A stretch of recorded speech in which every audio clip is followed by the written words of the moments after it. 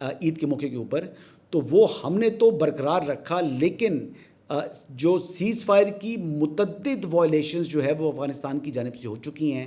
37 سے زائد مرتبہ انہوں نے در اندازی کی ہے، اور اس کے نتیجے میں 50 سے زائد ہمارے سیولینز اور معصوم بچے جو ہیں وہ شہید ہو چکے ہیں.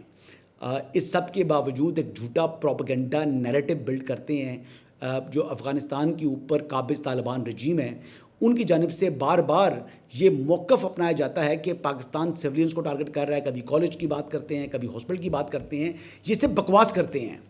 یہ حقیقت کا اس سے دور دور تک کوئی تعلق اور واسطہ نہیں ہے.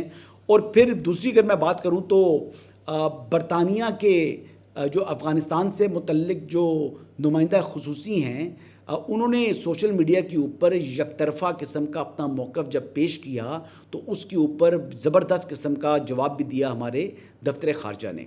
دفتر خارجہ کے مطابق جو بات کی گئی ہے اس میں واضح اور دو ٹوک انداز میں بتایا گیا ہے کہ پاکستان جو ہے وہ یعنی رسپونڈ کرتا ہے جہریت کا، اور یعنی آپریشن غضب للحق جو ہم نے شروع کیا ہوا ہے، ہم نے تو بڑی پریسیجن کے ساتھ صرف پاکستان کے لیے جو افغانستان کی سرزمین کے اوپر موجود خطرات ہیں ہم تو ان کو ٹارگٹ کر رہے ہیں.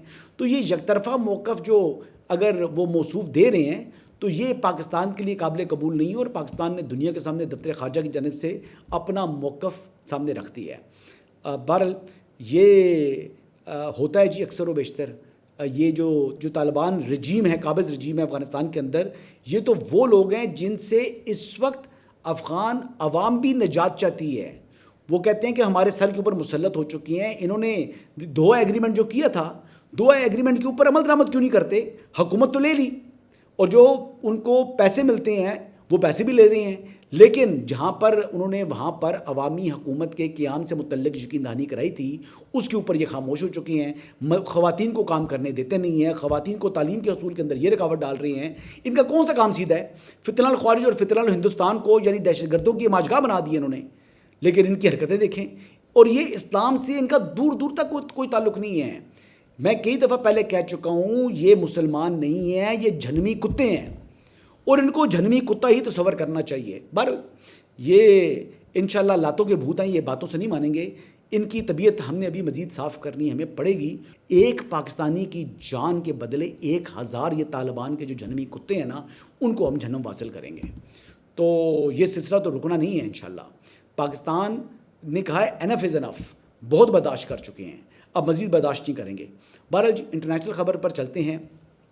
وال اسٹریٹ جرنل کی جانب سے یہ بات سامنے آئی ہے، اسٹوری سامنے آئی ہے کہ اس وقت ایران اسلام آباد کے اندر امریکہ کے ساتھ دوبارہ مذاکرات کے لیے تیار ہو چکا ہے، اور جو سیکنڈ راؤنڈ آف پیس ٹاکس کے لیے اس نے اپنی آمادگی کا اظہار جو ہے وہ بذریعہ پاکستان امریکہ کے ساتھ وہ کر چکا ہے.